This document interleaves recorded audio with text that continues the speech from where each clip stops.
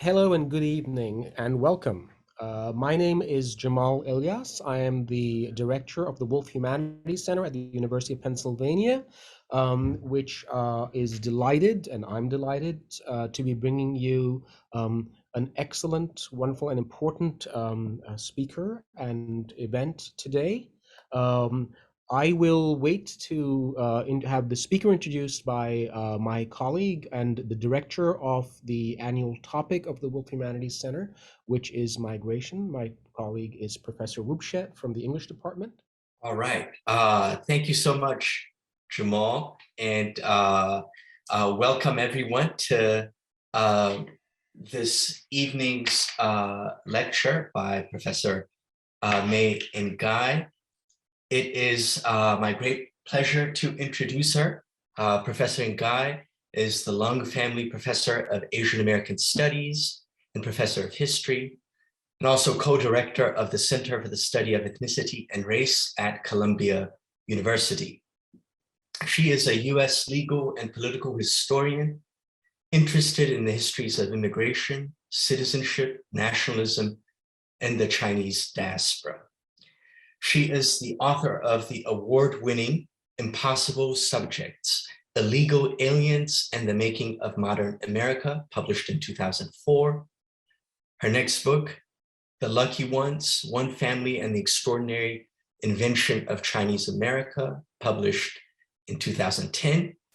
And her latest book, titled The Chinese Question, The Gold Rushes and Global Politics, which was published a few months ago, already to rave reviews.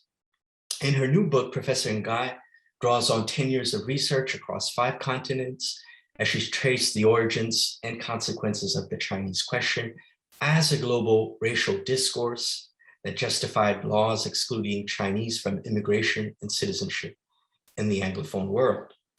She argues that Chinese exclusion was not extraneous to the emergent global economy in the late 19th century, but an integral part of it.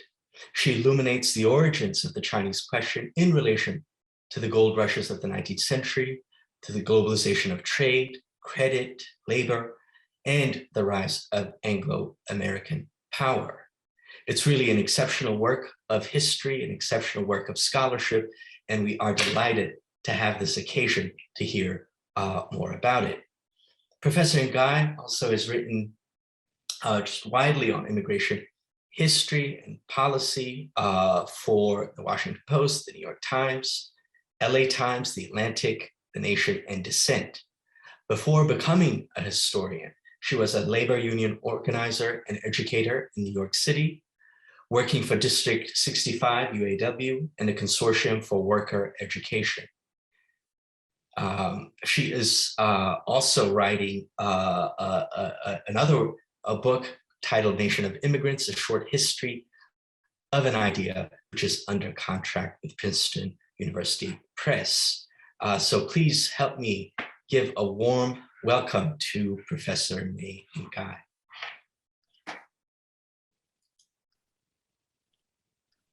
Thank you so much, Professor Elias and Professor Wubshet and the Wolf Humanities Center for inviting me to speak to you this evening. I also want to thank Sarah Varney, Sarah Malinsky, and Pamela Horn, who helped with the arrangements. I'm sorry that the ongoing coronavirus pandemic canceled our in-person event, but I want to thank the organizers for making the right decision to keep all of us safe. And I wish you all the best for a safe and healthy new year. Can we start the slideshow, please?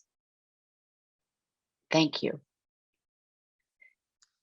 My book, The Chinese Question, is about the origins of the Chinese diaspora communities in the West and the rise of the racist movements and exclusion legislation passed against them.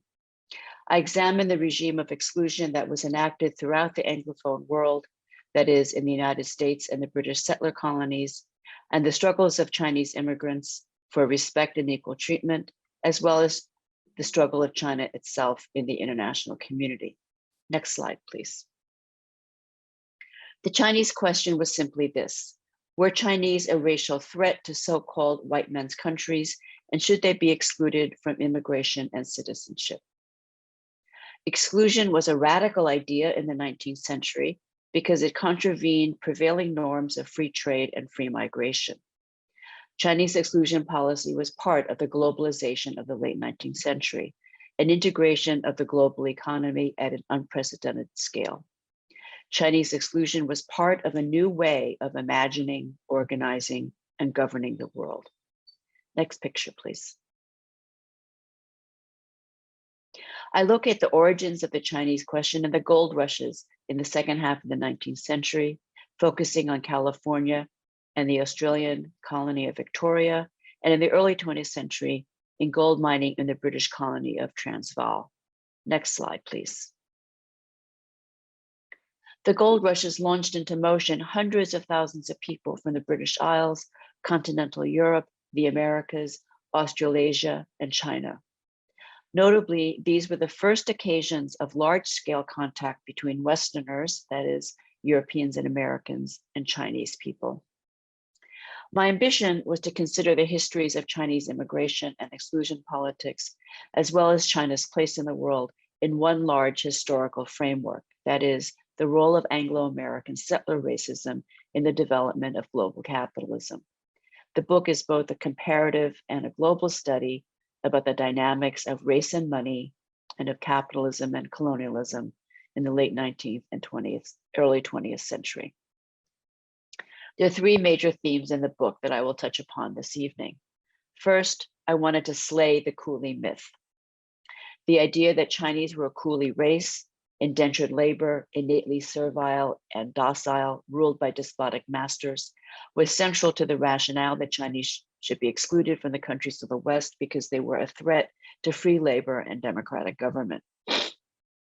This myth had its origins in the anti-Chinese movements of the 19th century, and it is a major task of the book to disprove the myth and to analyze the reasons for its emergence, popularity, and circulation. One of the reasons why the coolie myth has been so enduring is that it has also been perpetuated by historians. This trend began in the 1960s by the historian Gunther Barth in his book, Bitter Strength. Barth cherry-picked citations from congressional hearings held in the 1870s, quoting witnesses who claimed that Chinese were coolies, even though they admitted to repeating rumors or hearsay. He ignored testimonies from other witnesses, missionaries, businessmen, and Chinese leaders themselves, who said the Chinese were voluntary immigrants, not contracted laborers. Barth was a PhD student of Oscar Handlin at Harvard University. We know Handlin as the father of modern immigration history, whose writings in the post-World War II decades were the first to recognize immigrants as historical actors in their own right, and not just objects and social problems. Handlin focused on European immigrants and their journey of transformation and assimilation in America. Barth's portrayal of Chinese as sojourners and coolies, that is, temporary visitors and unfree labor, offered the exception that proved the rule of Handlin's assimilation theory, and Handlin said as much in the introduction to Barth's book. Subsequent literature cites Barth and cites the same testimonies. It seemed that no one bothered to actually go back and read these volumes, which comprise over 1,000 pages of diverse testimonies. Were these people just lazy, sloppy? I don't know, but the result is an Orientalist blind spot pervading the historiography. So to slay the coolie myth, I had to first approach it as an empirical question. What was the social and labor organization of Chinese on the gold fields and later? This angle is what led me to a social history of the origins of the Chinese diaspora in the West. Second, I addressed the coolie myth as a discursive question. How did anti-Chinese politics arise on the gold fields in different national and colonial contexts? And how did they evolve into a global racial discourse?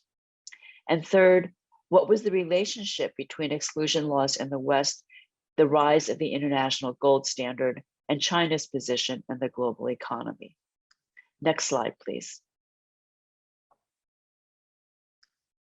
So let me first give you a taste of what Chinese to the gold fields look like. The general pattern that I discovered was that Chinese were both part of mainstream goldfield economies, while they also developed their own styles of work and social organization. For example, different ethnic groups introduced methods that became universalized. Panning, for example, has its roots in the batea, a woven basket used in river mining in Spanish Mesoamerica. And the Chinese brought techniques of water management from southern China agriculture that then became adopted by others. All gold seekers on the California and Victorian gold fields worked as partners in small cooperative groups and on wages for large companies. These men, shown here at the sluicing operation at Auburn Ravine, likely worked for wages. Like white Americans, Chinese worked with people who were relatives or from their hometowns, although village and lineage ties were stronger in the Chinese case. The Chinese favored two kinds of organization in particular. One was the small company headed by an investor manager, typically a local merchant, perhaps someone who was a former gold digger, and who then hired upwards of 20 men or leased their claims to others. Another type was the small cooperative. These were typically 6 to 12 men who shared all expenses and profits and had no boss. Next slide, please. In Australia, cooperative groups joined together to work down a creek or gully in a method called paddocking. In both North America and Australia, cooperatives were associated with secret brotherhood societies, fictive kin collectivities that were all related to the Zhigongdang, which started as an exile group from the Taiping Rebellion in China and spread throughout Southeast Asia, North America, and Australia. Both companies and cooperatives were similar to mining organizations found in China and Southeast Asia. In southern China, placer techniques were used to mine tin and iron sand deposits and also drew from agricultural water irrigation practices. Small companies of full-time miners often comprised landless and socially marginal types who worked for shares under a manager-investor. The cooperatives in California and Victoria bear a canny resemblance to the famous Chinese gongsi of the gold mines of West Kalimantan or West Borneo in the 18th and early 19th century. Egalitarian cooperatives that formed on the basis of equal share division. As mining developed, some of these cooperatives joined together into federations, and a few became extremely powerful. Their power derived from the position of Chinese as a force between the native population and Dutch colonizers. Those conditions, of course, did not exist in the United States or Australia, so Chinese cooperatives in New World goldfields remain primitive. Next slide, please. In 1904, across the Indian Ocean, Chinese miners began arriving in the Transvaal colony of South Africa, which had recently been annexed to the British Empire. This novel experiment was aimed at reviving the gold mines of the Witwatersrand, then as now the largest gold producing region in the world, and addressing a shortage in native African labor in the wake of the South African War. Between 1904 and 1910, the Transvaal Chamber of Mines imported over 60,000 Chinese to work on the Rand. The scheme was a ticking political time bomb in the post-war context, as South Africa's racial politics was still in flux. The basis for reconciliation between whites, that is British and Afrikaners, remained unresolved, as did the future of policy with regard to native Africans.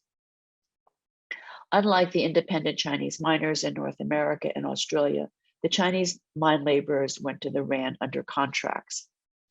These contracts set their wages and hours, forbade them from working in any other occupation or industry, or from owning land or leasing property, and required them to return to China at the conclusion of their contract. But if Chinese mining laborers in South Africa were indentured workers, they were not docile. They rioted, went on strike, and passively resisted by simply refusing to drill more than the daily minimum number of inches required of them. Desertion was common, especially for a day or two, but also for weeks and even months at a time. Within 6 months, the program faced a crisis of labor discipline and social control. Between 1904 and 1907, nearly 25,000 Chinese laborers, more than a third of the total number who went to work in South Africa, were convicted of various offenses, such as refusing to work, rioting, staging work actions, deserting the compounds, as well as assault, manslaughter, and murder. Notably, fictive kinship groups and kinship groups also existed on the RAND and were key to organizing resistance among the workers. Next slide, please. So let me now discuss a little bit the politics of Chinese exclusion and how these politics traveled and adapted around the Anglophone world, eventually merging into a global discourse, theory, and policy. The coolie trope originated in California, where it drew from the proximate examples of indentured labor of Asians in Caribbean plantation colonies established after the abolition of slavery and African slavery in the United States South. The association of Chinese labor with slavery was a kind of racial shorthand that cast Chinese as a racial danger to free labor. It was first used in 1852 by California's first governor, John Bigler, who raised alarm over, quote, the present wholesale importation to this country of immigrants from the Asiatic quarter of the globe, including that class of Asiatics known as coolies. Bigler declared that nearly all were being hired by Chinese masters to mine for gold at pitiable wages, while their families in China were held hostage for the faithful performance of their contracts. Bigler called upon the legislature to impose heavy taxes on the Chinese to, quote, check the present system of indiscriminate and unlimited Asiatic immigration, unquote, and for a law barring Chinese contract labor from California mines. What was Bigler's intention? The Chinese in California were not coolies or indentured workers, but he was in a tight race for re-election, and he used the coolie myth to agitate voters in the mining districts, where independent prospectors were anxious over the declining placers and the entrance of capitalized deep mining companies onto the scene. This was a classic strategy taken from the nativist playbook: appeal to a grievance, offer a theory of racial difference, and weaponize that theory for partisan gain. Within days of Bigler's address, Chinese community leaders responded. Tang Achik and Yuan Sheng both hailed from the region in what is now Zhongshan County in Guangdong Province near Macau. They were leaders of the Yanghe Association, educated men, successful businessmen, and fluent in English. Tang wrote a letter to the governor. He explained that Chinese in California included laborers as well as tradesmen, mechanics, gentry, and teachers. Quote, he said, none are coolies if by that you mean bound men or contract slaves. The poor Chinaman does not come here as a slave. He comes because of his desire for independence, unquote. Yuan Sheng had been a merchant in South Carolina in the 1820s and was a naturalized US citizen. He made a pointed analysis of Bigler's politics. In a letter to the governor that was printed in the Daily Alta, California's premier newspaper, he wrote, quote, you have degraded the Negro because of your holding him in involuntary servitude, and because for the sake of the Union in some of your states, such is tolerated. Amongst this class, you would endeavor to place us, and no doubt it would be pleasing to some would-be freemen to mark the brand of servitude upon us. But we are not the degraded race you would make us. We come amongst you as mechanics or traders and follow every honorable business of life, unquote. Yuan Sheng further used his own case as a naturalized citizen to refute Bigler's claim that no Chinese made the United States their permanent docile or applied for citizenship. Tang Achik similarly argued, quote, if the privileges of your laws are open to us, some of us will doubtless acquire your habit, your language, your ideas, and become citizens, and we will be good citizens. Next slide, please. In the 1870s, anti-Chinese racism became an incendiary political force in San Francisco, with the Chinese must go being the central element of the so-called Workingmen's Party. The Chinese question revived in the context of changing economic landscape after completion of the Transcontinental Railroad, completed in 1869. The railroad did not bring unalloyed prosperity to the Pacific coast. nor did the former railroad. Not only did former railroad workers, both white and Chinese, flock to the cities, adding to unemployment, but the railroad also brought more people from the East Coast, again adding to even more unemployment. The railroad also brought cheap, mass-produced goods from the East, cutting into the market of craftsmen and artisans. Chinese workers were not responsible for these broad trends, but they were useful as a scapegoat. The Working Men's Party was soon co-opted by the State Democratic Party. Eventually, anti-cooleyism triumphed in national politics, but only after revising the Burlingame Treaty with China of 1868, which provided for free immigration, and overcoming the legacy of anti-slavery politics in the North. Chinese exclusion passed Congress in 1882 with a political alliance between the West and the South, the two bastions of conservative politics and white supremacy in the post-Civil War era. Next slide, please. The coolie trope was so ubiquitous in the United States, I was surprised that it was not part of the anti-Chinese discourse on the Australian goldfields. But it would not have had purchase there because the history of bound labor or unfreedom in Australia was not African slavery, but convict transportation of the English and Irish poor. Anti-Chinese racism was more inchoate on the Victorian goldfields. There was no theory of cooleyism like the one that had developed in California.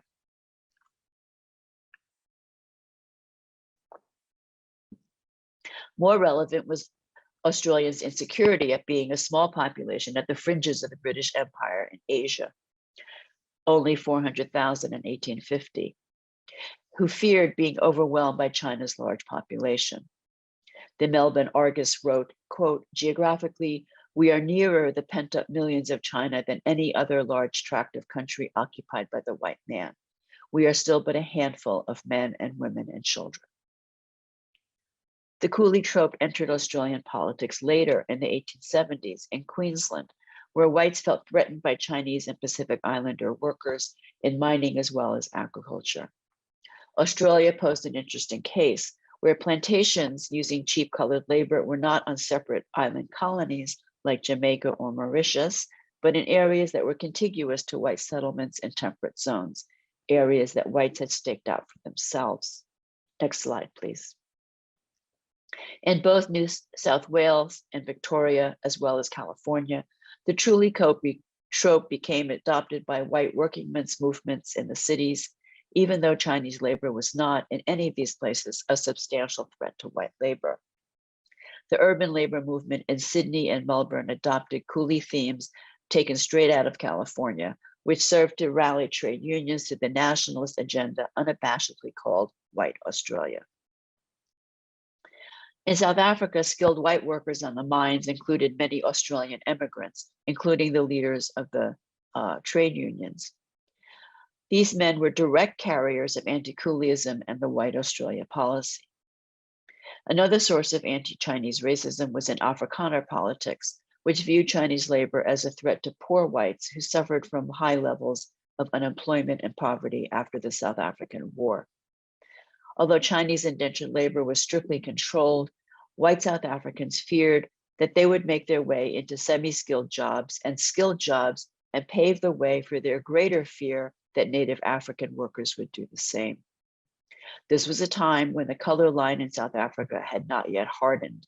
The Chinese question was a problem that complicated the so-called Native question, and its resolution, that is Asiatic exclusion, was necessary for that question to be fully addressed.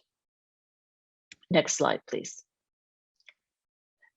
Chinese labor in South Africa also shot into metropolitan British politics as a key campaign issue in the 1906 general elections in Great Britain. Charges that the Chinese on the Rand were kept in conditions too akin to slavery helped bring the Liberal Party to power, overturning 20 years of nearly continuous conservative rule. It was especially powerful for the Liberals' allies in labor, which echoed the abolitionist rhetoric, but which was, in my view, more moved by the question of working class emigration to the British settler colonies, which they viewed as their racial prerogative. In these ways, the Chinese question and the coolie trope circumnavigated the Anglophone world, starting in California and adapting as it moved across the Antipodes into South Africa and then to metropolitan Britain itself. To the extent that they criticized the so-called slavery of Chinese workers, they never called for their freedom. They never called for free immigration or equal rights, but for their exclusion. This point was not lost on the Chinese. Also traversing the globe were protests and resistance by Chinese immigrants themselves, especially among merchant leaders and Christians who were educated and bilingual. Men like Yuan Sheng and Tong Chik of San Francisco, who I mentioned, as well as Lo Kong Meng and Louis Amoy in Australia. They were joined by Qing diplomats and consular officials who were direct conduits between Chinese communities abroad and the central government. The Qing Council in San Francisco in the 1880s, Wang Zunxian, worked tirelessly on behalf of the immigrants and was instrumental in bringing lawsuits that protested discrimination, like Tate v. Hurley, the school exclusion case, and Yigwo v. Hopkins, the Supreme Court decision that struck down San Francisco's discriminatory laundry ordinance and confirmed that the Equal Protection Clause of the 14th Amendment applied to all persons, not just citizens. Next slide, please. In the last section of the book, I consider the relationship of exclusion policies in the West to China's position in the global economy. Most directly, exclusion meant fewer outlets for Chinese merchants and investors in the West. Exclusion meant a shrinking population and therefore a shrinking market. And many of the biggest merchants in California and Australia returned to China or relocated elsewhere. For example, many Chinese retailers left Australia, and some of them founded the big department stores in Shanghai and Hong Kong with chains throughout Southeast Asia. This reflected a general trend in which exclusion policies redirected the energies of Chinese immigrant labor and capital to Southeast Asia. The decline in silver prices relative to gold in the late 19th century had a direct impact on China, whose monetary system continued to be based on silver when the gold standard came to dominate international trade. The declining gold price of silver meant that China's imports were costlier. But that also spurred nationalist sentiments among Chinese reformers who argued that China should develop her own industries and manufacturers and not rely on imports from abroad. The gold standard also influenced the second major round of war indemnities imposed upon China around the turn of the 20th century. The Opium War indemnities of 7.5 million pounds were reckoned in silver dollars and taels. But after the First Sino-Japanese War of 1896, Japan demanded a 50 million pound indemnity, an enormous increase, and also demanded that it be paid in gold. China had to borrow on the international market at a time when silver prices were declining. The indemnity allowed Japan not only to pay for the cost of its war, but also to establish sufficient reserves to adopt gold as its monetary standard. Its gold deposits in London established credit for the construction of Japan's first steel mill. The Boxer Protocol of 1901 was even more punishing. The 8 powers, Europeans, the US, and Japan, demanded an indemnity of 67.5 million pounds in gold over 39 years at 4% annual interest. By 1938, China had paid out over 91 million pounds.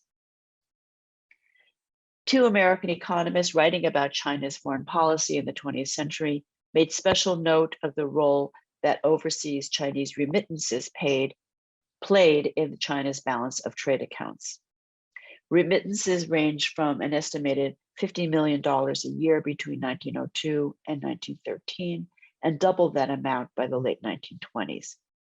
Counted as assets, remittances enabled China to carry a modest net surplus in its balance of trade. Even as exclusion policies shut Chinese out of the social and economic mainstream in the West, the immigrants carried gold dust home in the linings of their jackets and sent foreign exchange home through jianxin or silver letters. The fluctuating rates of exchange between gold and silver were not just matters for accountants and financiers. Chinese immigrants followed them as well. They always knew how remittances sent in foreign exchange to Hong Kong would translate to local currency in the villages. One of the ironies of the Chinese question is that the overseas Chinese in the US, Australia, and Southeast Asia held on to their savings and remitted large amounts to China when the price of silver dropped. Finally, it must be said that the circumnavigation of the Chinese question was not only the foundation for Chinese exclusion policies in the Anglo-American world, the Chinese question was also a catalyst for Chinese nationalism in China, which developed in connection with the politics of diasporic communities. Leading anti-Qing figures like Kang Youwei and Sun Yat-sen actively organized among Chinese overseas. Opposition to the exclusion laws in the US led to the famous 1905 boycott of American-made products in Shanghai and other Chinese cities, which catalyzed the reform and revolutionary movements that finally brought down the Qing dynasty in 1911. The Republic of China was not able to convince the United States that the British dominions to repeal their exclusion laws. The United States did not do so until 1943 as a wartime measure, but it kept quotas on Chinese and other Asian immigration very low. It was only after 1965 in the United States and in the 1970s elsewhere that restriction on Asian immigration eased. In the last 50 years, the Chinese population in the United States and Australia grew with new immigrations that built vigorous and robust communities. Still, the Chinese question never completely went away. It was always just beneath the surface. In our own time, the Chinese question is tied to anxieties about China's rise in the world as an economic power. In the United States, Asian Americans make up less than 6% of the total population, yet many white Americans still believe there are so-called too many Asians and that they are a threat, blamed for the coronavirus and myriad social ills. We see the coolie trope repurposed, now embodied in the figure of factory workers in the special economic zones in China and in Chinese international students and Chinese American students in American universities. Both the factory worker and the student are imagined as robotic, who work or study insanely long hours without complaint under the rule of despotic masters, whether the Communist Party or tiger mothers. They are unfair competition because they are not normal. As a historian, I don't believe that history simply repeats itself. Racism is produced and reproduced in specific historical and political circumstances. This helps us understand that racism is not an innate product of the human condition, and that indeed, if it is a political project, it can also be opposed and undone. We have choices. The great African-American leader, Frederick Douglass, spoke out against Chinese exclusion in 1869. He recognized it as a backward move that threatened the freedom of the former slaves and indeed of all Americans. In his famous speech, The Composite Nation, Douglass recognized that migration is a human right. He said we should welcome the Chinese, and he was unbothered by the prospect that Chinese immigrants might come in large numbers. Let them come, he said, and let us welcome them, for they will become part of the nation. Douglass also made a prescient connection between domestic immigration policy and imperialistic foreign policy. He said, if the white race may exclude all other races from this continent, it may rightfully do the same in respect to all other lands, islands, capes, and continents, and thus have the world all to itself. Thus what would seem to belong to the whole would become the property only of a part. Frederick Douglass offered Americans a choice between a society based on democracy and inclusion, or one based on white supremacy, inequality, and exclusion. Sadly, the latter path was taken, in no small part owing to the political alliance between the South and the West. We still have a choice. Should we choose a path toward a more inclusive future? Should we decide to stand in solidarity against all racisms? Addressing anti-Chinese and anti-Asian racism today is part of the larger struggle in the United States that is unfolding between equality and inequality, between democracy and authoritarianism, indeed, between humanity and extinction. Thank you very much for your attention.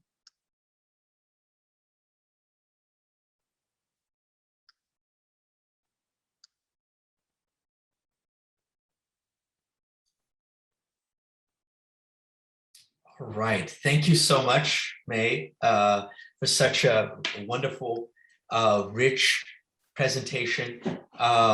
I just want to remind the audience, if you have questions, please submit them in the Q&A tab below. Maybe I'll get us started if I can just ask a question, Mae. I mean, what's so fascinating to Sure. me about this book is, on the one hand, its scale, right? That the kind of comparative reach of the project of South Africa, New Zealand, Australia, the US, Canada, but also, you know, although the question, it takes life, the Chinese question in late 19th century, but it goes well into the 20th century with restrictions and exclusions being observed in some places until the 1970s, right? So just when you started this project, was the scale already there? Or did it, one country lead you to another? I'm sure our audience I certainly would like to know how you attended to this scale and of the project. That's a great question. And when I get this question often, I sometimes think back to a time when I think I lost my mind. I actually, I didn't set out to do this. You know, I was in Australia maybe 15 years ago at a conference in Victoria, in the old gold country, where there is a Chinese history of a Chinese presence there. And it is funny, I'd never been to Australia before, and looking at the Victorian landscape, I thought, this looks like Northern California to me. The landscape is the same. And I wondered about that. And then later I read that the man who was credited with discovering gold in Australia had actually been to the United States first. He had gone to California and then went back to Australia, and he had the same thought. So there's more there. I won't go into the geology, but I thought, well, that would be interesting to compare the California case and the Australian case. And then I went to South Africa to another conference in Johannesburg and learned about the Chinese indentured labor program there. And I said, well, there's another part to. So, those people in the audience who are historians will know that 3 is the magic number when you want to do a comparative study, right? 3 is the magic number. So I didn't know what I would find. And what really struck me was when I was in Australia doing research in the archives, and I didn't see the gold mining politics talk about coolies. And that's such a preoccupation in the American history. So I thought, there's something going on here. This is something that needs to be investigated. That's what kind of got me going, was this. I think a lot of times people think anti-Chinese politics is like it's in the cloud, it's like this monolithic idea, and it's in a cloud, and it's like an app, right? You just download it whenever and wherever. And actually that's not true. Politics is local, but they also travel, right? So that's what I was interested in, was this local and global combination. Great, thank you. Okay, we have questions coming in. So our first question is, can you see similar discursive patterns being replicated to stymie the participation of the Chinese state in the global order, particularly by new anxieties, trade wars, and a conflictual rhetoric in recent times between the US and China? Well, certainly a lot of it is very similar. I talked a little bit about how the figure of the coolie has been repurposed in current politics. The main difference, I think, between our current moment and the late 19th century is China. China is a economic powerhouse, and in the 19th century, the United States and England wanted to contain China in order to privilege their own advantage. Now we're in a situation where the United States is still the largest economy in the world. It's still a giant hegemon, but China is a serious competitor. And this is what is at the root, I believe, of the competition, and where reaching for the anti-Chinese playbook becomes a great weapon in that. You talk about trade wars. I mean, we had a preview of that in the 1980s with Japan, when people in the United States started favoring Toyotas and Hondas over the gas guzzling American cars. And you saw a big backlash against Japanese manufacturers. And a lot of that was racist about, products made by coolies or by Asian labor. But today, and I think what's really striking to me is how the Biden administration has continued Trump's policy. Trump and Biden both hold China to be a strategic adversary.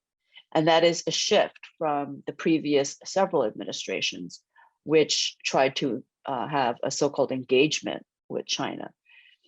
And that engagement was based on the realization that China and the United States are both interdependent and competitors.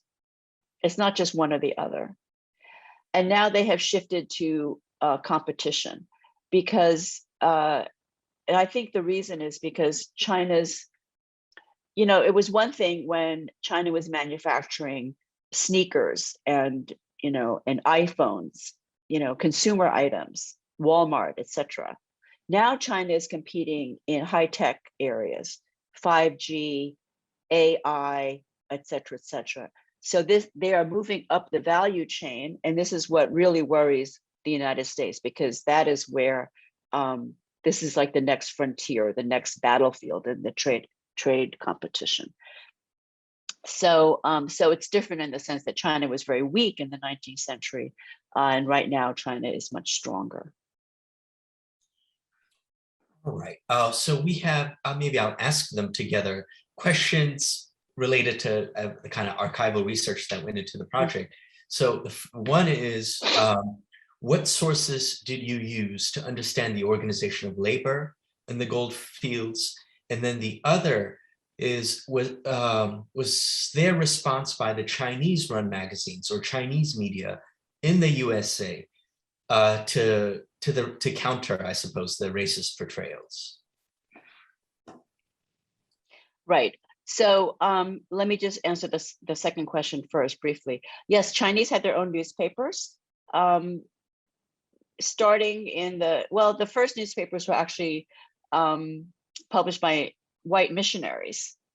But then later, towards the end of the 19th century, and certainly in the early 20th century, both in Australia and in the United States, Chinese published their own newspapers. And so they had a lot of commentary about what was going on.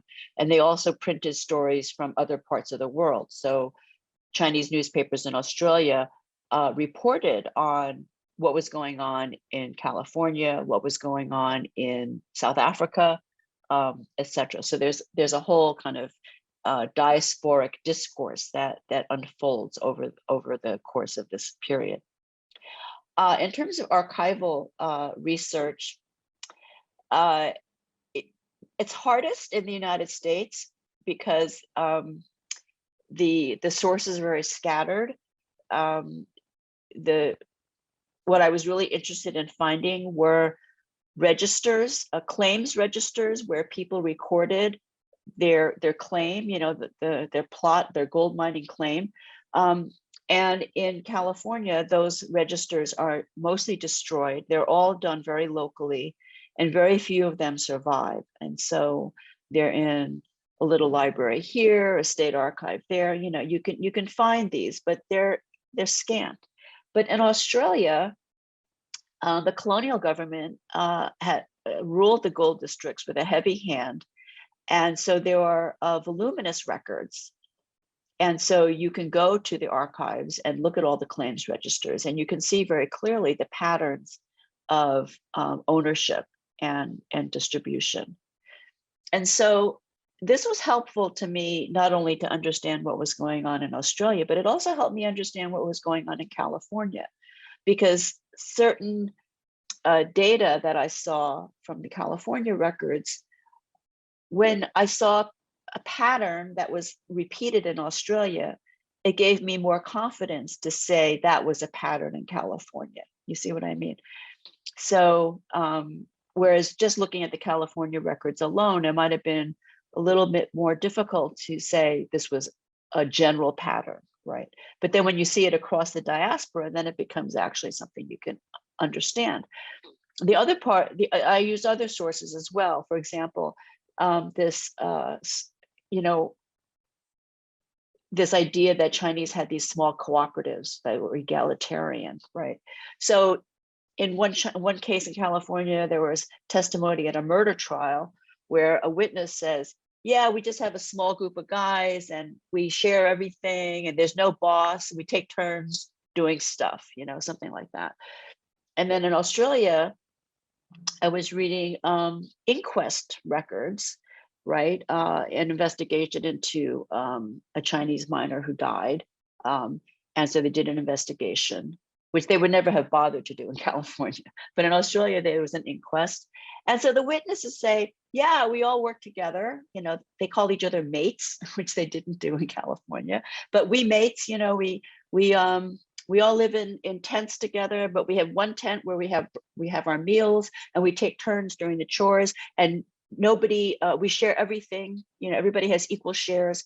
So I could piece together between qualitative data like that, and then looking at the claims registers where you see a claim by 6 men and it says 161616, etc. You can see their equal claims. Then you begin to be able to draw a picture. That was the fun part. That was the fun part of my research. Okay. There's actually a question that touches on what you just said. So the question is, who are the protagonists, so to speak, of your book? Do you use individual migrant narratives? And related, can you talk a bit about your choice to use the term diaspora in this project? Okay. The protagonists are the Chinese themselves. The ordinary laborer doesn't often have a voice that I can find, but he's a witness in a trial, he's a witness in an inquest, but supplementing those small voices, there's quite a bit written by Chinese leaders, the merchant leaders or the leaders of the Huiguan, their associations. They wrote in both Chinese and English. And then there are other protagonists in my story who are the Qing diplomats, who some of them left. They kept journals, and so many of these have survived. Excuse me, and they were published contemporaneously. So, like Huang Junxian, he's the Qing diplomat who was in San Francisco for a while. He wrote poetry, and he kept journals, and his correspondence to his superiors in China are also in the archives. So between these various sources, I tried to give play to the voice of the Chinese. The other players in the book obviously are the whites, the John Biglers and the Working Men's Party and the pundits and theorists who talked about the Chinese. So there's a lot of action, there's a lot of talk, and there's a lot of action in the book. You asked about diaspora. Well, in Sinophone studies, the use of the word diaspora is controversial. I think there is some criticism that is understandable, that it could flatten the heterogeneity and the diversity of experience of people of Chinese descent around the world, which varies quite a bit over time and across place. I use the term I guess this isn't a footnote in the book. I use the term to refer to those Chinese communities in the Anglophone world that emerged in the late 19th century. I think, as my book, I hope, shows, had many similarities in terms of their regions of origin, their experience in the West, and the politics that grew around their experience, both amongst them and against them. And this is actually at a time when these communities played an important role in the rise of Chinese nationalism, which is also kind of a key feature in the theoretical concept of diaspora. So I use it advisedly in a limited way, but I understand that as a general concept, it's not without problems. There's a question about South Africa. So it reads, South Africa raises the issue of how migration is regulated internally so that exclusion and citizenship are configured slightly differently. How different were the contracts of Chinese mine workers from those of other mine workers?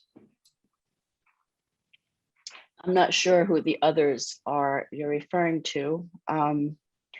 In Africa? Yeah, I mean, Well, it doesn't specify, but I'd imagine maybe other South Africans, Afrikaners, or Black South Africans. right. So the South African mines recruited, well, the white miners, the skilled workers, they had contracts also, but they weren't indentured in the sense that, they had, they worked for wages. African workers, there are two kinds of African workers in the South African mines.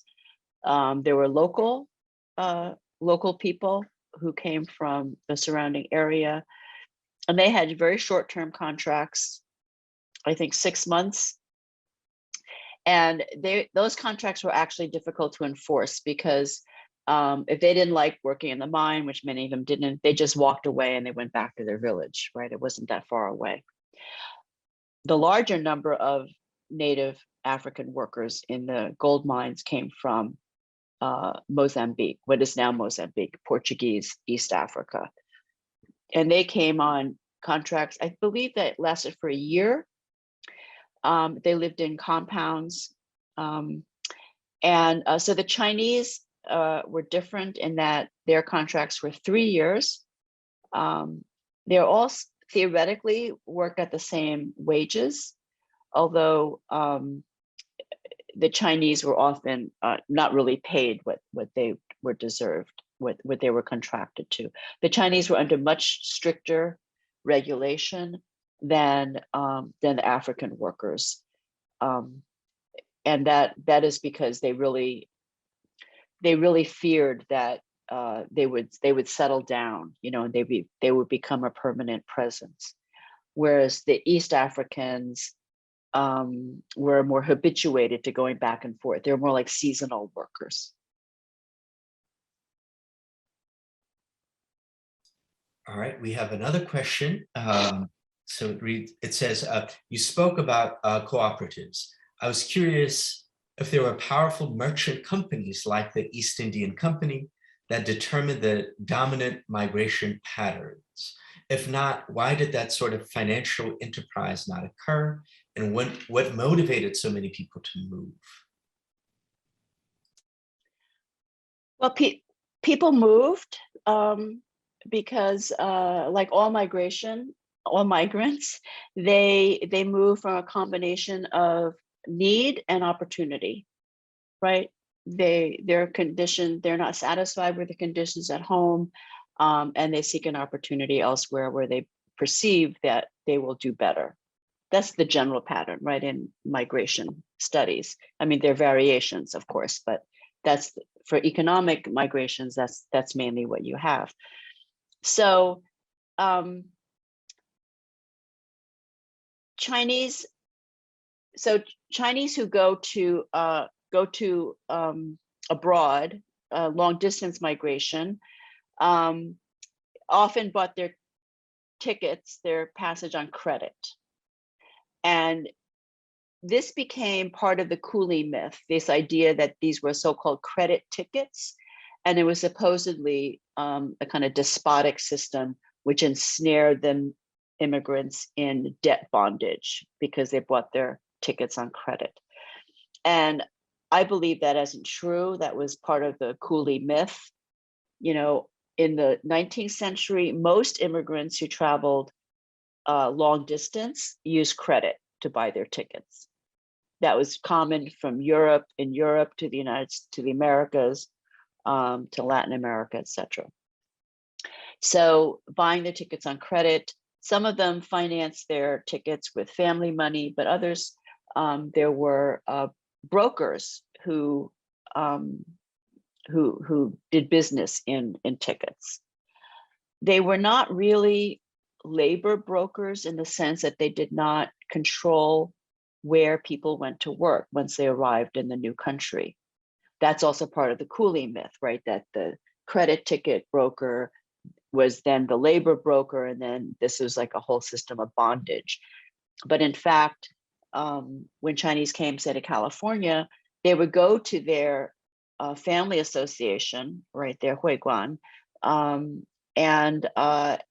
they would get a meal, a place to sleep. They would get news on where there might be jobs, and there were labor contractors, but they didn't hold people in the sense that of indenture. So it was very different than, say, the Chinese and South Asian immigrants who went to the Caribbean to work on plantations. They were under signed contracts for 5 to 7 years, and were highly regulated in terms of their passage and their employment. So it's a much looser system that in terms of California and Australia than the plantation indentures. I hope I answered your question. All right, we have a question about kind of current foreign policy question. So it reads, what are your thoughts on both China and Russia doing a bit of saber rattling simultaneously as related to events and attitudes with Hong Kong, Taiwan, and Ukraine, especially in terms of our past relation with those two superpowers? Well, I'm no expert on Russia or US-Russia relations. I think what is interesting, I will say, is that all the superpowers, if you want to say the United States, Russia, and China, all have strong tendencies to authoritarianism. We got rid of Trump, but he's not gone. And he lives in the Republican Party, and the Republican Party lives to make the United States an authoritarian country. That's my personal opinion. And what you see in Putin and Xi Jinping are similar kind of controls over government and politics in their countries. They have different origins. You know, I'm not going to go into all of that, but I do think that, and they're not the only authoritarians in the world. I mean, you know, Turkey, Hungary, you know, I think this is a dangerous trend in international affairs. And I believe, my personal opinion is, I believe this is connected to resource scarcity, to hoarding among elites. You know, when there's scarcity, those who have hoard what they have so that, you know, nobody else can have what they have. And I think this is a huge danger in the world. You know, we face a planetary crisis, and either the world can work cooperatively towards ameliorating that and hopefully saving the planet and saving ourselves, or it'll get destroyed. And so I think that's the biggest struggle right now. And so I think these political dynamics are indicative of that kind of, in my view, of the world that we live in today. All right, so there's a question. Someone asks you that if you found a role of the Knights of Labor in Chinese exclusion in California. I found it in Seattle in the 1880s. Yeah, the Knights of Labor, they're you know, I don't think they're a huge organization in California. I mean, they're very big in the Middle West, in the Northeast, and yes, I think they're in the Pacific Northwest. I did not find a lot of them in California, but I just might have missed that because a lot of what I wrote about in California kind of ebbs after the 1880s, after the exclusion laws are passed. But white labor certainly is, you know, has a shameful record in terms of racism, anti-Asian racism. All right. So the question is, how do you get beyond the limited, if in many ways accurate, understanding of Chinese migrant populations and communities as entirely bachelor societies, particularly given what you just said about the challenges of locating individual migrants' voices? I'm glad you put bachelors in quotes. They were, through most of the exclusion era, Chinese communities were mostly comprised of solo men, I think is a better way to describe them. You know, there was a definitely a disproportionate number of men over women. But many of these men were married and had families that they had in China. And not a small number of them went back and forth to visit their conjugal homes. And in fact, this transnational family system bred what was the biggest undocumented migration scheme in Asian American history, the so-called paper sons. So a Chinese man in California would go back to the village and then to visit his family, his wife, and then he would go back to California after a year or 2 years, and he would say, oh, while I was home, my wife had a son. And then the son would show up, you know, 15 years later, 18 years later, and say, I'm the son of so-and-so, who, by the way, was a citizen, because that was another thing they worked out, was how to have citizenship papers. So you had a kind of system of reproducing the population, even though there was exclusion. If you had papers that said you were a citizen, you were not excludable, right? You're a citizen. So, and that was something that was perpetuated through this derivative citizenship claims made by the so-called paper sons. So I'm not quite sure how that relates to this question of people's voices. Could you repeat that, Jack? Yeah, sure. It said, you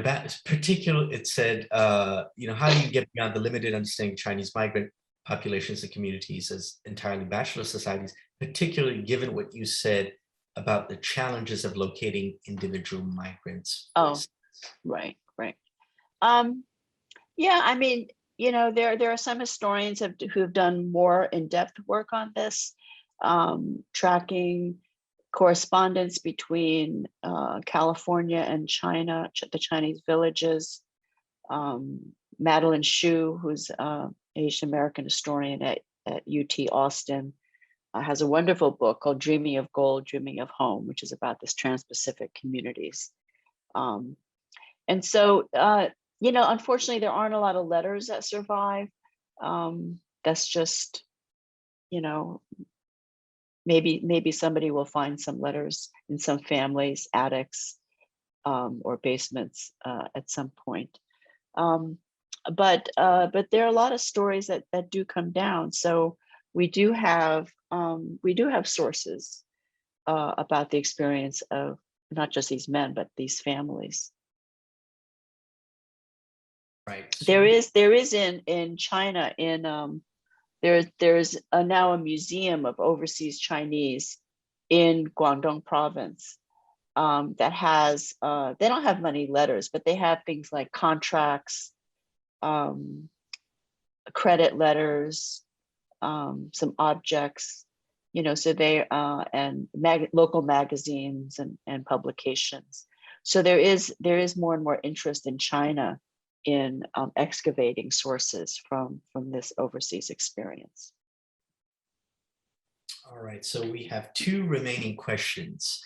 Let's see, in South Africa, eventually Indians became a major presence, took their own place in the tragic apartheid system. Why not the Chinese, or is my sense of the history wrong? No, you're absolutely right. I mean, Indians were a much larger population. And in fact, part of the reason why the Chinese were contracted to work in the gold mines was because Indians, they first actually wanted to contract Indians. So actually before the Chinese go to the gold mines in South Africa, there's an earlier history of Indians who go to work on sugar plantations in Natal, and they go under indentured contracts. But their contracts expire, and some of them go back to India, but many of them settle. And so by the turn of the 20th century, you actually have quite a large population of Indians in Natal, and then increasingly in the Transvaal, of free Indians, right, freeholders, as well as merchants, small farmers, and people like Gandhi. Gandhi went to Pretoria to practice as a lawyer. So the big fear that the British had is that if they had, if they brought over more Asians to work in the gold mines, it would be it would be a repeat of the Indian problem in Natal. And so when they first went to India to try to get a contract for the gold mining, they said, but you have to go back. They were going to require repatriation at the term of contract. And India, the government said, no, if you want to contract Indians to work in the gold mines, they have to have the right to remain. They have to have free passage home if they want, and the right to remain. So they didn't want a repeat of that experience. So then they went to China to get the mine laborers. And the reason why you don't have a community descended from that population is because they were all sent back, right? There was a very small population of Chinese merchants in Johannesburg, less than 1,000. And so you don't really have much of a resident population that can contribute towards an accretion of population. So that's why Indians are a much larger population than the Chinese, certainly Chinese that descended from the earlier periods. There were some more in Cape Colony than in the Transvaal, but they're very, very small populations. So it's only in the 1970s and even more recently that you have Chinese migration to South Africa. And that's a whole nother story. But so there are more and more Chinese now in South Africa, but they're very recent populations. All right, well, this is a good last question. Okay. So as China grows in economic and political power, perhaps surpassing the US by 2030, what will the Chinese question look like? What effect will China's rise have on diaspora? And China in the 19th and 20th centuries was deemed weak, and the Chinese were regarded as racially inferior. Now that has changed. So I guess a question for you to speculate on how the Chinese question will change in, say, a decade. I don't know. I'm a historian. I don't predict the future. But I think, just as a person in the world, I would say that it's really unclear what will happen. The rivalry and competition between China and other countries in the West will certainly continue. I mean, China is now the largest trading partner of South Africa and Australia. It's the largest trading partner of Australia. The Australians leased the port of Darwin to China for 99 years. Okay, so it's not going to go away. And I think a lot of countries are finding, that they want to deal with China. The whole uproar over 5G is over a horse has left the barn, right? A lot of countries are working with China on their 5G on Huawei.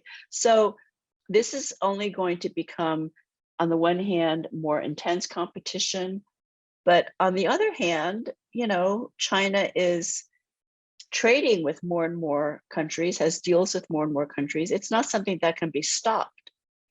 So I'm not on anybody's side. I'm not on China's side. I'm not on the United States side. I think countries have to work together. I mean, global trade is global trade, and it should not be seen by any country as a zero-sum game. And that is the problem that we face, is when countries see trade as a zero-sum game. The other big question, as I alluded to at the end of my talk, is climate change and how that affects international affairs, both trade and diplomacy, I think is another big question mark. So I think, there are a lot of dark clouds on the horizon, but I think there's also, I don't know, I think we try to be hopeful that, these big powers of the world don't have to crush all of us, right? We can find ways to try to advocate for more cooperative policies. Like we could start with climate change. I mean, that's an area where everybody should have a common interest. And so I think there are ways to try to advocate for more international cooperation. All right. Well, Mae, Trying to end on an up note. just I want to thank you so much on behalf of the Wolf Humanities Center and the many folks who tuned in. I want to thank you for such a thought-provoking lecture, and also the insight and the generosity with which you answered so many different questions.